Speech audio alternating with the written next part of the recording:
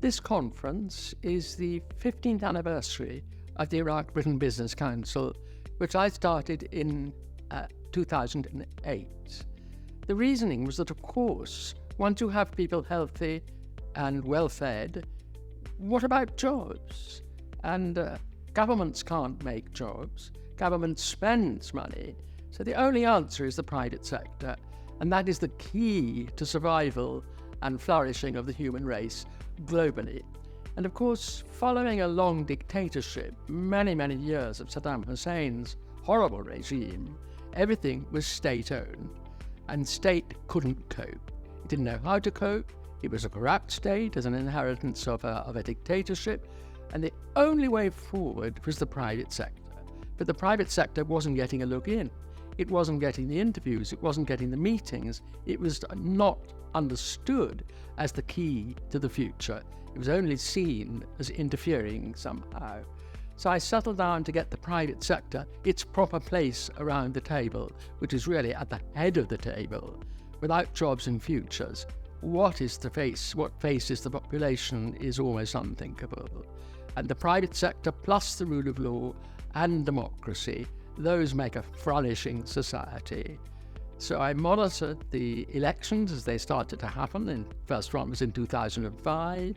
And then in terms of health and education, I was already working with the Amar Foundation. But without jobs and futures, there's nothing. You get people healthy and educated, but what next? So it has to be the private sector. I suggested a business council to the Prime Minister al-Maliki, and he said that's a very good idea. I didn't want him to run it. I didn't want any government interference. But obviously, if the government's against you on that, then it's not really much point in going on. He was very excited by the idea. So I had a little launch party in the House of Lords in London, as it were, flying a trial balloon, and invited people in London, companies in London who I didn't know, but they were big companies, and I guessed if they weren't working in Iraq, maybe they would be interested. And I asked if there was any interest. And to my enormous surprise and pleasure, yes, we think it's going to be hard, but that's a very good idea, as a matter of fact, in principle. We'll try to help.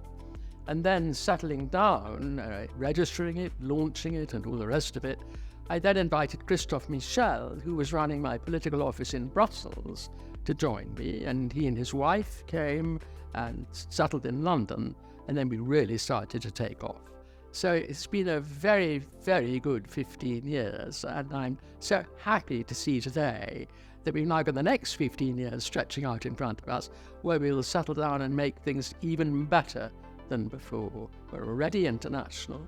We're already the center point for discussions about Iraq. And today we've also got culture here, all sorts of things, and of course we have higher education.